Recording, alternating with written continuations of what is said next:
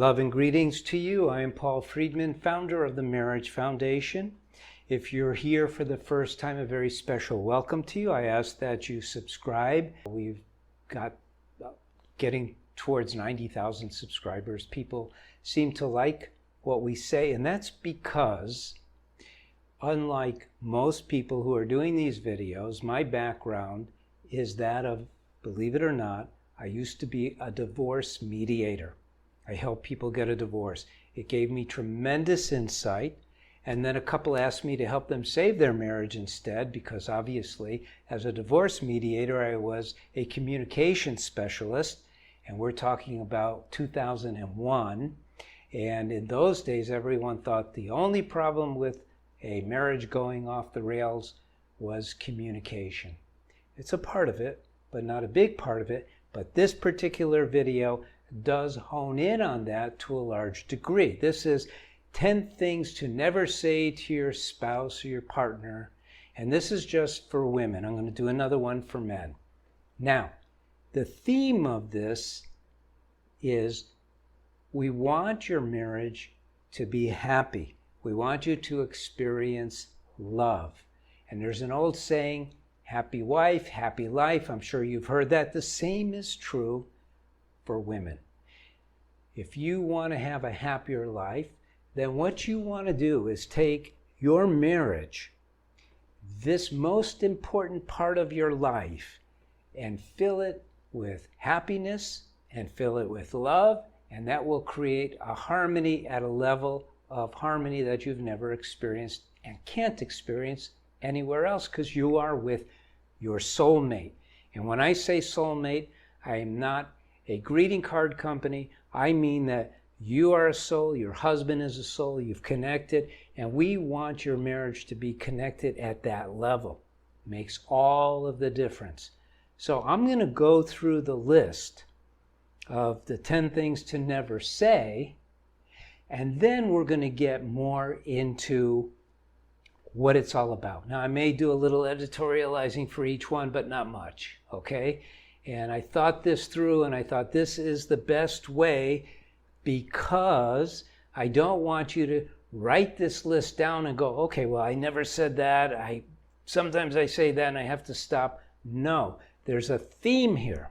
Remember, the theme is to create happiness and love in your marriage. So here's the 10. Number 1, never say to your husband, you are wrong. Now, instead of arguing with me on each of these, just hear them and then we'll get into it all together. Number 2, never say, honey, you should have da da da da da. Number 3, never say, I didn't need your help. Number 4, never say, that's stupid. Number 5, never say, the kids and I think da da da da da. Or, as I used to say in my day, yada, yada, yada. Now they're saying blah, blah, blah, but you get the message depending on what it is. Number 6, never say, you're oversexed, or something along those lines, meaning you don't want to have sex right now, and he does. Number 7, never say, oh, I would have sex with him. Let's say you're at a movie or something and you see this handsome hunk on the screen. Never say that. Never say, my ex-boyfriend or husband or whatever would have da da da da da. Don't do that. Number 9, never say, are you sure you're happy with me? Number 10, never say, do you want a divorce? Okay, now we'll get into why we don't say things that are critical. You don't ever want to criticize your husband/partner. You just don't want to do that.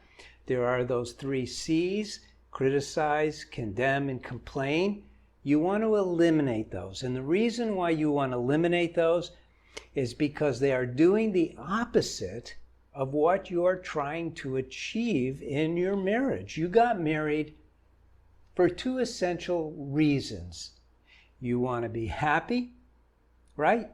You didn't get married because you want to be miserable. You found your soulmate. You want to be happy. And secondly, you want to experience marital love, unconditional love. Did you subscribe yet? Go ahead and do it now. Subscribe and like. Unconditional love, huge word. Oftentimes on these videos, people write and they say there's no such thing as unconditional. Yes, there is. And the closest we have to seeing it is a mother's love for her child, especially the young babies that are born. And the mother is just like completely engrossed in that child with love. Her heart is completely open.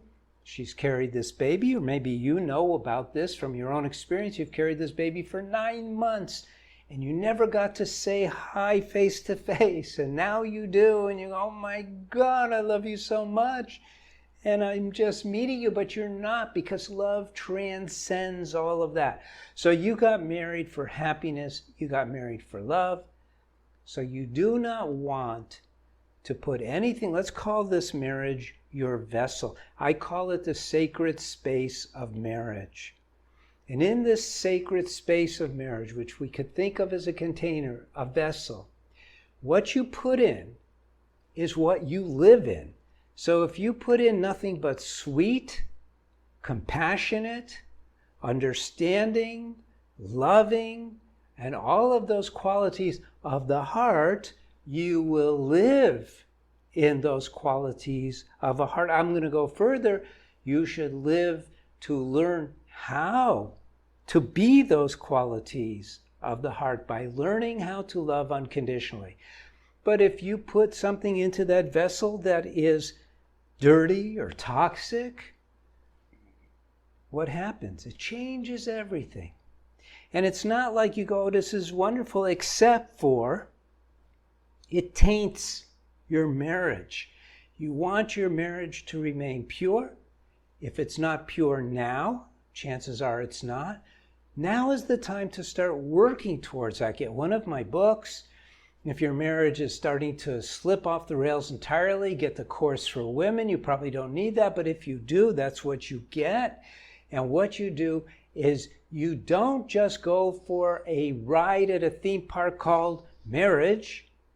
You live your marriage in a way where you get to build your marriage, create your marriage, and you don't need your husband's participation. This is one of the wrong thinkings of Western psychology, or the world today, however you want to put it, where they have a lot of pseudoscience, meaning it's flat earth science, meaning it's not real. It does not take two to tango.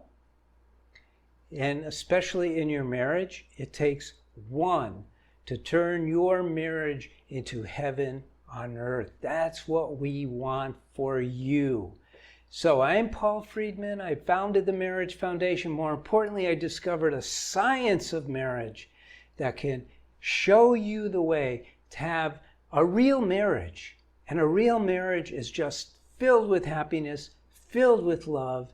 And that's what I want for you. And I hope you want it for you too, because you can have it. God bless you. Thank you for stopping by. We'll see you again.